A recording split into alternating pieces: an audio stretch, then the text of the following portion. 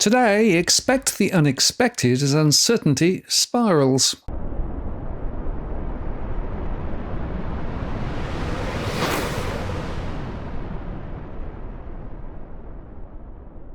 Hello again, it's Martin North from Digital Finance Analytics World. Latest post covering finance and property news.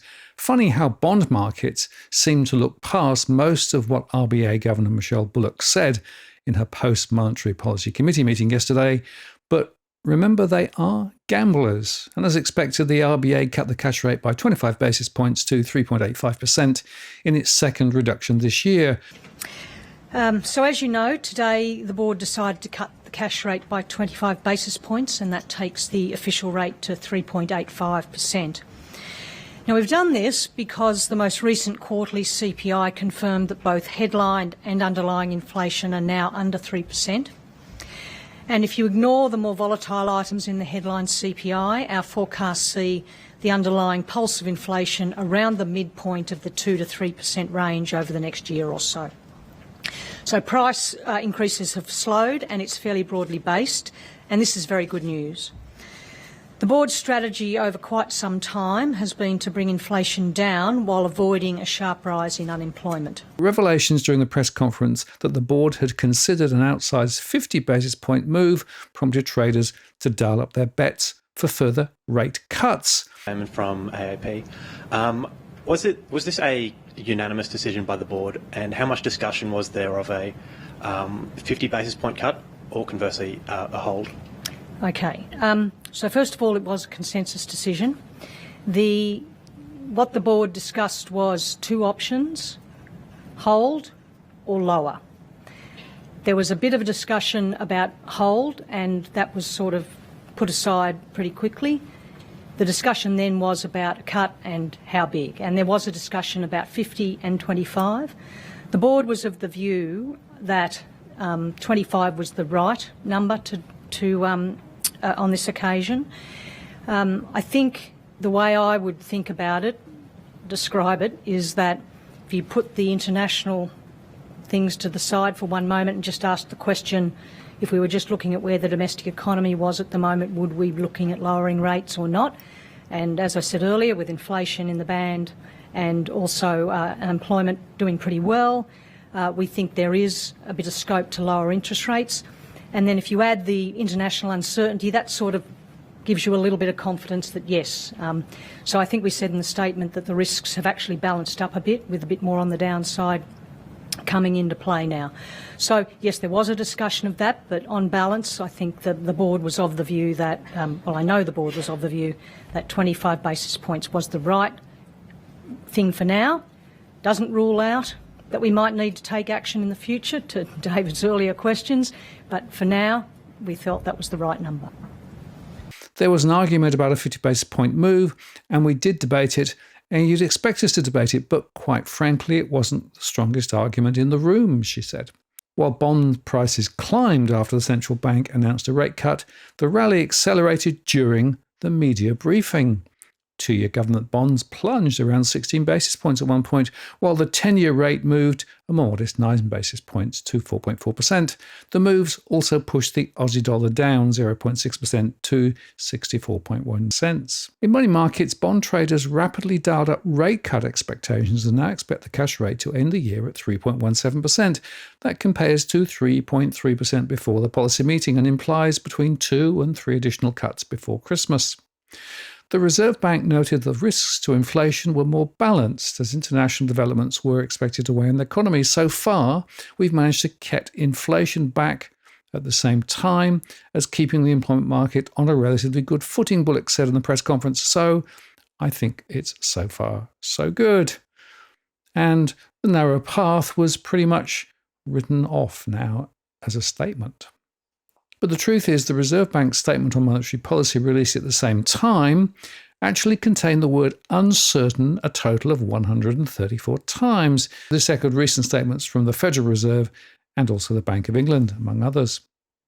At a post-decision press conference, Bullock went further, explaining that the environment was not just uncertain, but also unpredictable. Scenarios released on Tuesday suggest everything from a relatively benign outcome of a modest decline in global growth that puts downward pressure on both GDP growth and inflation, which is the central bank's base case, to a trade war scenario that smacks growth and causes deflation, to a trade peace scenario, which is positive for growth, but also reignites inflation concerns. It's also worth noting that Bullock's warning, which basically boils down to anything that can happen, comes after our biggest corporates released a pretty tepid set of earnings updates in early May. Notably, there were more downgrades than upgrades, which followed a middling February reporting season. Yet, despite all the uncertainty that Bullock is warning of, the trade war, geopolitical tensions, doubts over China's next move, investors have pushed the benchmark back to within 2.4% of the all-time high achieved in the middle of February. Now, I get investors are always looking ahead, let's say 12 months into the future, and right now they expect earnings growth over the 2026 financial year of more than 6%.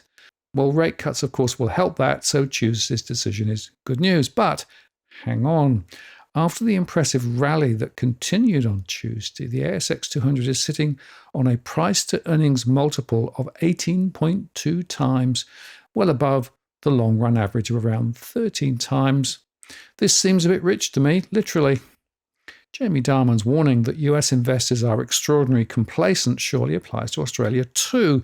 Investors are buying a market that is expensive in several measures, whether it's PE multiples or the fact that the market's dividend yield at 3.5% is well below the 10-year government bond yield at 4.5%, and they are doing so at a time when the earnings recovery narrative is already, frankly, looking rocky and may not be supported by rate cuts in the way the markets think that it will, or those cuts may come with a much weaker growth outlook. Of course, the property sector went straight to the positive impact of the market. Tim Reardon, chief economist at Housing Institute of Australia, said home building was its lowest level in more than a decade, and this rate cut could increase established home prices, which would encourage more people to build their own residences. Heartened by their increased borrowing capacity, but still facing high prices for existing dwellings, home hunters may prefer to put deposits down on off-the-plan homes, unlocking more housing supply. The federal government, of course, is pursuing an ambitious target of 1.2 million new homes to be built by the middle of 2021, or is that 2030? Although analysts predict the target won't be met. Even if there are multiple more cuts this year and they continue into 2026, that still won't be enough to achieve the government's goal of 1.2 million homes, Reardon told the AFR. We require more fundamental reform to tax and regulatory issues and to increasing the supply of labour. We can't rely on interest rates to increase the supply of housing to meet demand. Louis Christopher, the managing director of SQM Research, believes residential construction could slightly pick up following the rate cut, but the industry still faces challenges. An interest rate cut could stimulate Australia's housing construction industry by improving borrowing conditions and boosting approvals, he said, but its impact will be tempered by labour shortages, high fixed costs and time lags.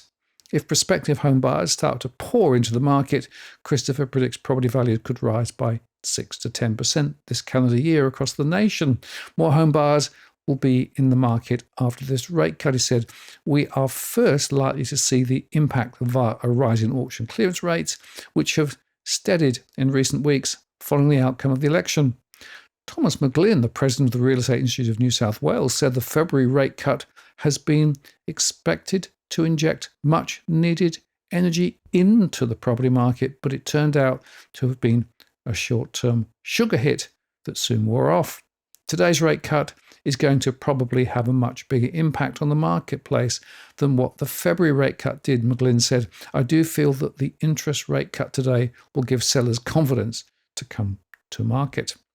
Many people are still struggling, so we do need to probably see another couple of interest rate cuts before that really does provide some breathing room for mortgage holders. Actually, Bullock said on Tuesday that the possibility of a lift in house prices would not deter her from cutting the cash rate again, arguing that housing affordability was primarily an issue for state and federal governments. And from Livewire Markets, mortgage holders will be happy today as they've got more interest rate relief. I think your own assumptions, you called them, are for more rate cuts ahead. The markets forecasts are for more rate cuts. In April, I think we saw Australian house prices at a record high, gold prices near a record high, Bitcoin prices near a record high. I think the CBA share price hit a record high today. I think it's up 40% over the past year. So if you're wealthy, you're getting wealthier, right? But what's your message for younger people and renters who feel like, housing is becoming unaffordable for them who don't own assets? Thanks. Yeah. I don't have a message from the Reserve Bank. I guess my personal reflection is that there's nothing the Reserve Bank can do about these affordability issues of housing. This is an issue of housing demand and housing supply. And increasingly this issue is finding its way into the governments, both state and federal governments, and that's where the focus has to be. And I think increasingly they are. There is a recognition that over many years, this didn't just pop up overnight. This has been brewing for many years. So, there's nothing that the bank can do about this. We've got to focus on our inflation and our employment mandate, which is actually a really good thing we can do for young people and renters. Keep inflation low and make sure they have jobs. That's really important. That's what we can do. What governments can do is look at the supply-demand imbalance in housing, and I'm confident now that at least there is some focus in that direction. Of housing is supply and demand. If we start thinking about do we lower interest rates because of housing prices, we're going to take our eye off the ball, which is inflation, employment, and I don't think that would be the right thing to do. I acknowledge that some people are worried that as interest rates come down, housing prices will rise, but other policies have really got to step up here and address what is a housing shortage, she said. The National Housing Supply and Affordability Council on Wednesday warned the Albanese government that it was on track to fall 262,000 homes short of its target to build the 1.2 million homes.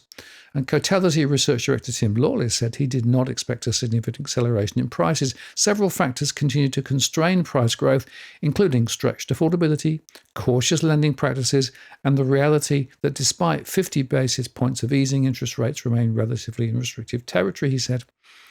And RBC Capital Markets Chief Economist Sue Lin Ong said she expected a 3.5% rise in national house prices this year, but conceded the risks were to the upside. And AMP Chief Economist Shane Oliver said any price rise will be modest, and he only expected a 3% gain in property values this year. Even with 2 rate cuts, affordability was still a challenge at current home value levels, and capacity to pay remained well below the levels seen during the pandemic, when mortgage rates were between 2 and 3%, Oliver said. Nevertheless, he said the rate reductions were positive for home prices. They take pressure off existing home owners who may have been struggling with their mortgages, and they increase the amount a borrower can borrow from a bank and hence pay for a property, which supports demand, Oliver said. So it's worth reflecting that history suggests that once rates start falling, property prices don't wait around. Bank of Queensland Chief Economist Peter Monckton has crunched 4 decades of data and says a 10 to 15% rise over the next 2 years is a reasonable bet, no matter how many cuts Bullock ends up delivering. There were smaller price rises in both the early 1980s and 1990s, but on both those occasions, the unemployment rate was above 10%. Currently, the unemployment rate is within touching distance of 50-year lows, he said. And on the flip side, Monckton said that the extraordinary 20% plus gains seen in the 80s and the early 2000s and during the pandemic were also off the cards over the next couple of years. With more buyers set to flood in and not enough homes to meet them, the next question is where the pressure will hit hardest. Since 2020, house prices have grown by 60%. That's double the rate of apartments, as the rapid shift to working from home boosted demand for larger standalone residences with spare rooms. But with houses now about 30% more expensive than the unit, Monckton thinks that it's unlikely the price of standalone homes can sustainably outperform apartments and townhouses, short of a large decline in interest rates or a big jump in household disposable incomes. Affordability constraints means capital cities could once again outperform regions. Since the pandemic, regional prices have soared 74%, outstripping capital cities, where values have risen 44% on average. The strong growing mean capital city property prices have gone from being around 60% more expensive than the regions to just 35%, close to a 15-year low. And Monckton expects growth over the next couple of years to be strongest in Hobart, Darwin, Melbourne and Canberra, the cities where values have historically been low compared to their long-run relationship with Sydney house prices. But to me, the global uncertain backcloth from tariffs to conflicts, rising government debt, and strong bond yields, as well as massively leveraged mortgage holders in Australia, puts all of this into a better context. So at very least, like the RBA, we should be considering different scenarios, something of which, of course, I do in my monthly modelling updates. And whilst there are some certain scenarios where home prices will be driven higher, still, despite the gap to incomes growth becoming ever wider, other scenarios could also be considered. So the only thing which is certain today is that, well, uncertainty rules, despite all the hype. I'm Martin North from Digital Finance Analytics. Many thanks for watching, and I'll see you again next time.